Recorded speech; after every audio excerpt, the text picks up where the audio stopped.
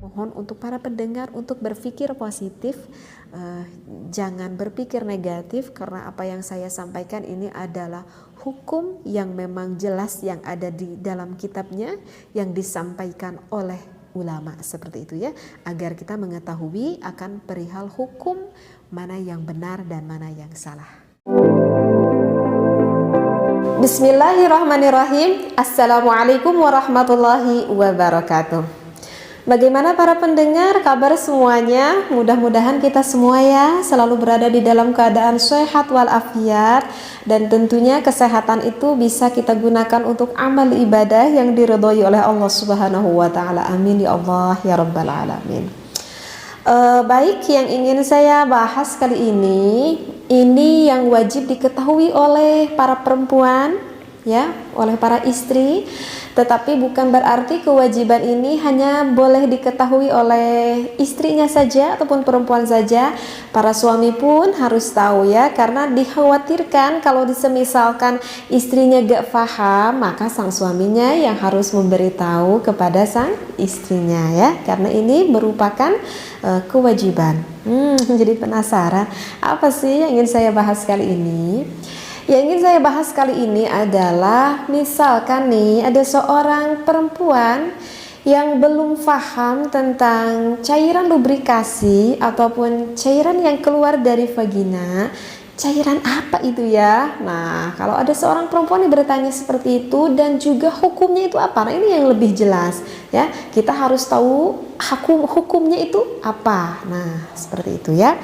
Baik, saya bacakan referensinya ya. Bismillahirrahmanirrahim. Bismillah, alhamdulillah, wassalatu wassalamu ala rasulillah. As-su'alu, ada pertanyaan nih dari seorang wanita. Indama tula'ibu, ketika seorang wanita itu memainkan, siapa? Al-mar'atu, seorang perempuan ataupun seorang istrinya gitu ya. Tadiyaiha, istrinya itu memainkan apa sih? Sang istrinya itu sedang memainkan payudaranya. Binafsiha, misalkan ia mainkan oleh dirinya sendiri ya, ataupun dimainkan oleh suaminya lah, seperti itu ya.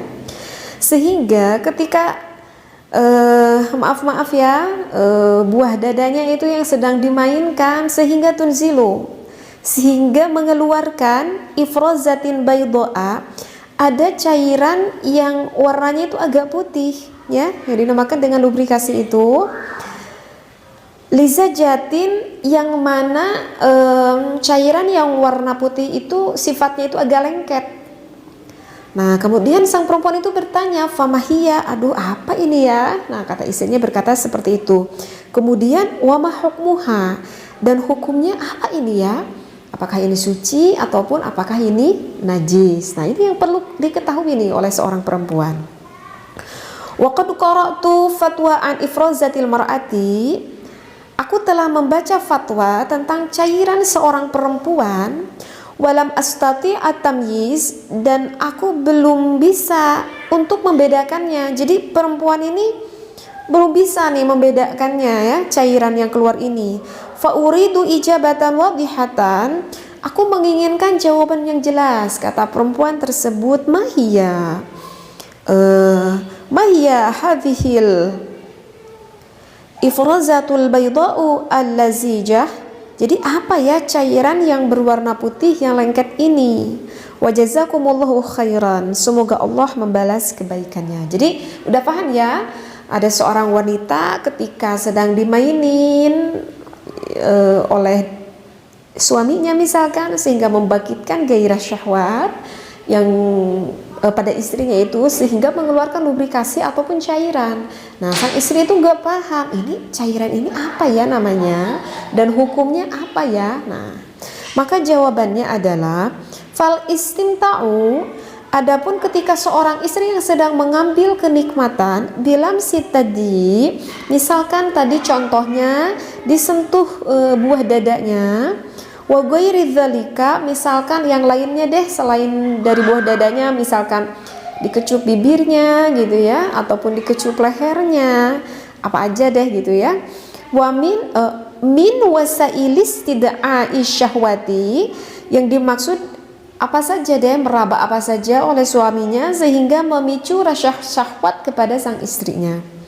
Wa amma hadhil madatul bayda al-madhkurah, adapun cairan ini warnanya yang berwarna putih yang dijelaskan tadi, al-madhkurah yang dijelaskan tadi, yang berwarna putih ini ya sebetulnya sih bukan berarti putih-putih kayak kapur gitu ya, tetapi agak cenderung ke bening. Maksudnya putih di sini ya, karena abyad itu putih, tetapi maksudnya abyad putih di sini itu adalah yang bening maksudnya ya.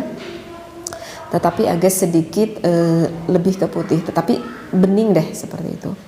Fal mutabadiru annahal madhi. Nah, kata ulama, maka cairan itu bahwasanya yang terbersit itu yang dinamakan dengan air madhi, bukan mani ya, tetapi apa?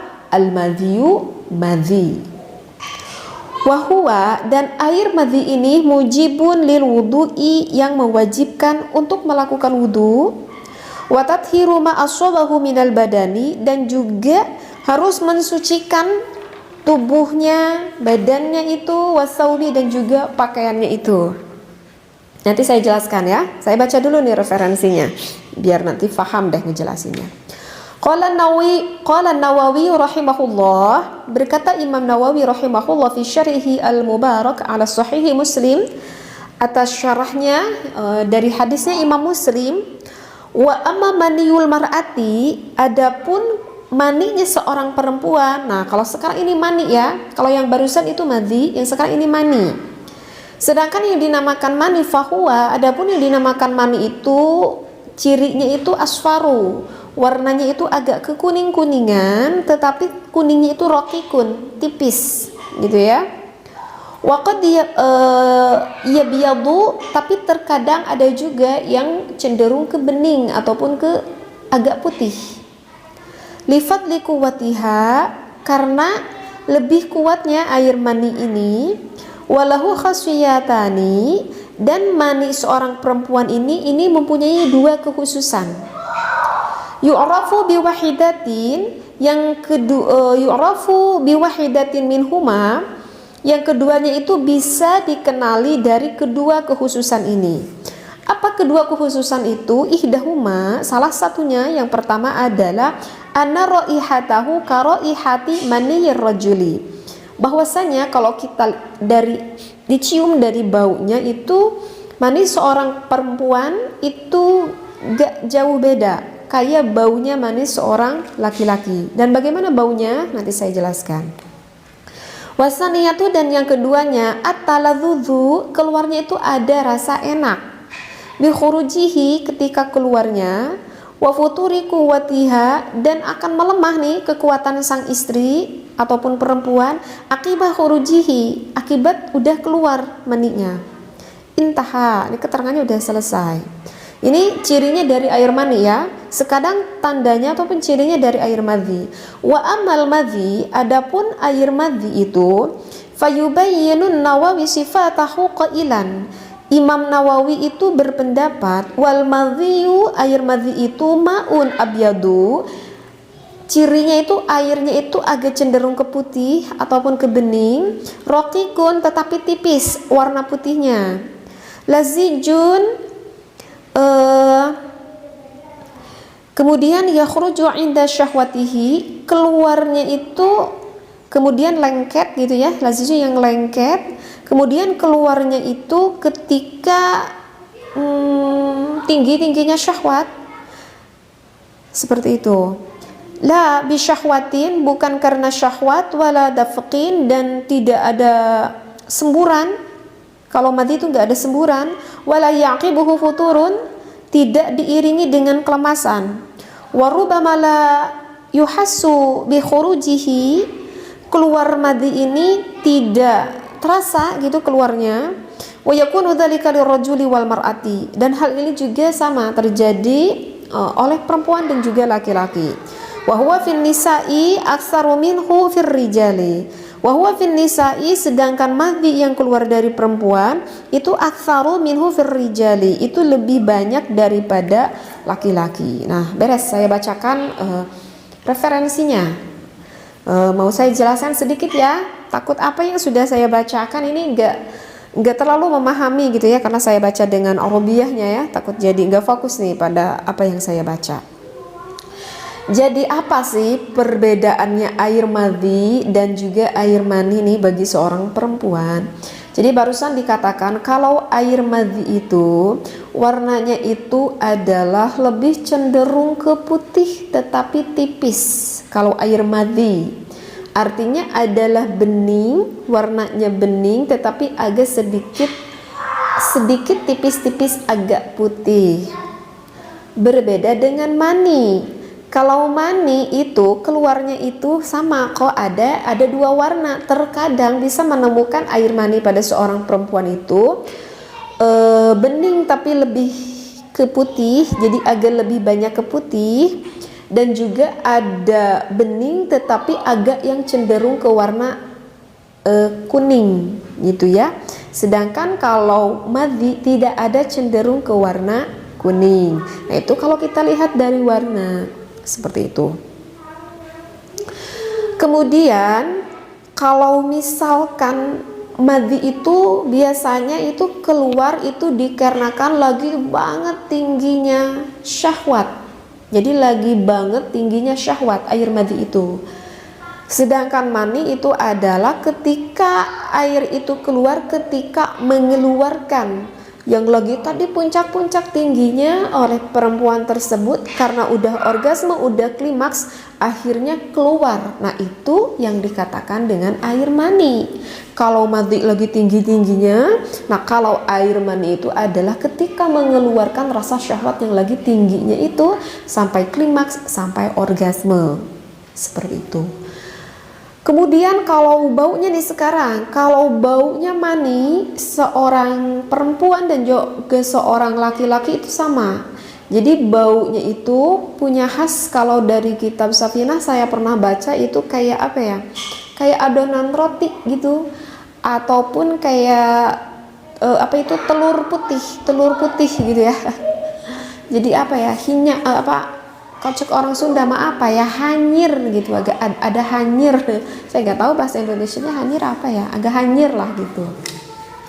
Nah kemudian kalau keluar madhi itu tidak terasa, baik sama laki-laki ataupun sama perempuan itu nggak terasa. Jadi tahu ujung-ujung ada gitu ya, misalkan di pakaian kita ataupun di celana dalam kita tahu-tahu udah ada basah. Nah itu yang dikatakan madhi. Berbeda dengan keluarnya air mani. Kalau keluarnya air mani itu keluarnya itu akan terasa seperti itu. Lantas apa lagi ya? Kalau madhi perempuan dan laki-laki perbedaannya adalah biasanya kalau madhi laki-laki itu lebih sedikit, keluarnya lebih sedikit. Sedangkan kalau madhi perempuan itu keluarnya biasanya itu lebih banyak daripada laki-laki. Tetapi walaupun banyak bagi seorang perempuan, maaf ya, kalau di laki-laki kan itu akan tampak terlihat tuh madhinya. Tetapi kalau madhi di perempuan itu walaupun agak cenderung banyak tapi nggak akan terlihat, karena ya karena di dalam kan yang perempuannya. Itu kenapa yang perempuan itu madhinya itu lebih banyak?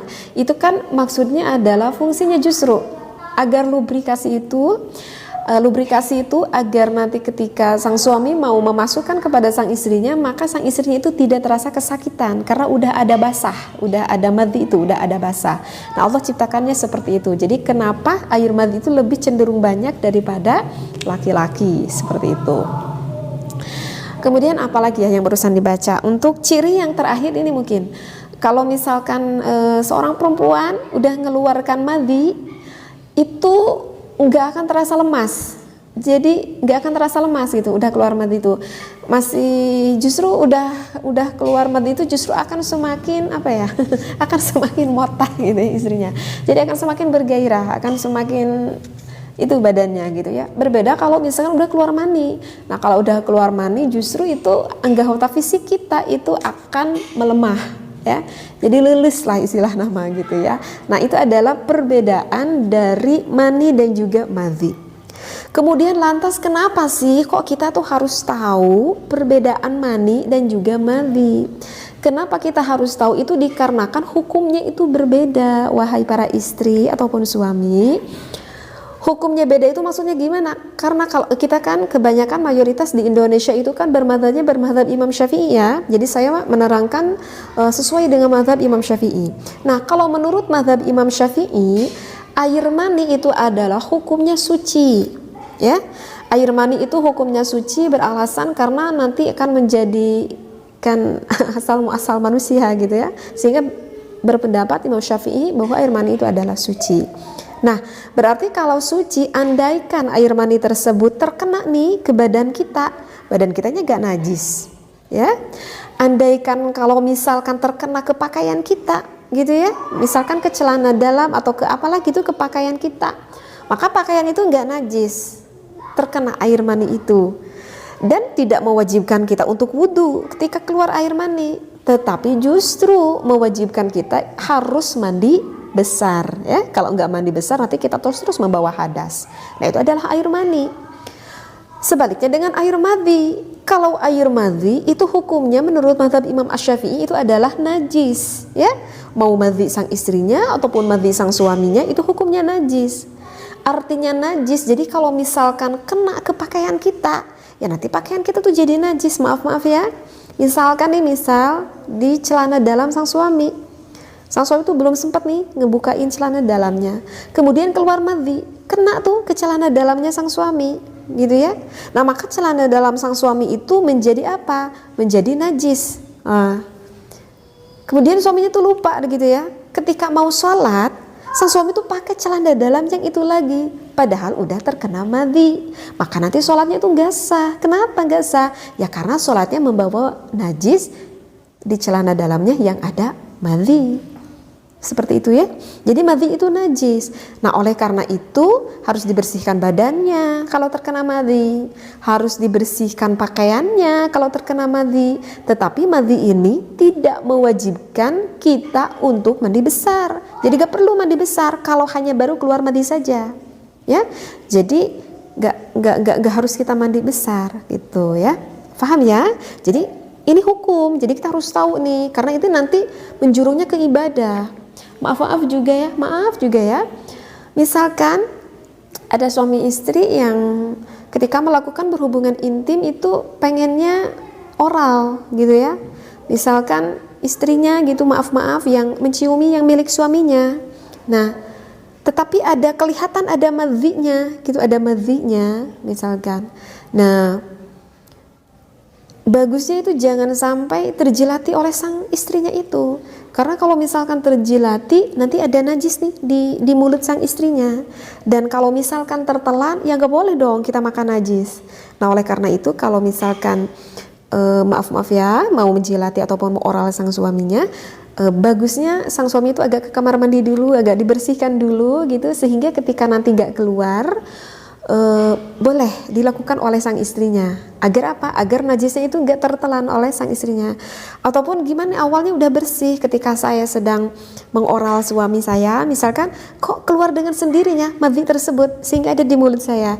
Nah, berarti itu nggak sengaja kan? Nah, jika seperti itu, ketika kita udah beres nih mengulumnya, maka sang istrinya lekaslah gitu ke kamar mandi untuk membersihkan mulutnya. Jadi kumur-kumur lah, membersihkan mulutnya agar meyakinkan enggak termakan ya oleh sang istrinya. Paham ya? Gitu ya. Jadi kalau misalkan sang istri tuh mau mengoral sang suaminya, harus diyakinkan dulu enggak ada madhi. Ya gitu juga sebaliknya, sang suami juga kalau mau nih ke istrinya udah beres nih cium-cium maaf ya ataupun menjilati sang istrinya, maka bagusnya itu langsung ke kamar mandi kemudian berkumur-kumur karena takut termakan seperti itu. Jadi insya Allah ya bisa difahami apa yang saya bahas, perbedaan dari air mani dan juga madhi. Menurut mazhab Imam Syafi'i, sekali lagi, mani adalah suci tetapi mewajibkan kita untuk mandi besar. Kalau madhi menurut mazhab Imam Syafi'i hukumnya adalah suci dan tidak mewajibkan kita untuk mandi besar. Mudah-mudahan apa yang saya sampaikan, ilmu ini bermanfaat bagi kita, apalagi untuk ibu rumah tangga ya, karena ini adalah hal yang sering kita lakukan, jadi kita harus paham ilmunya. Wallahu a'lam, wabillahi taufiq wal hidayah. Wassalamualaikum warahmatullahi wabarakatuh.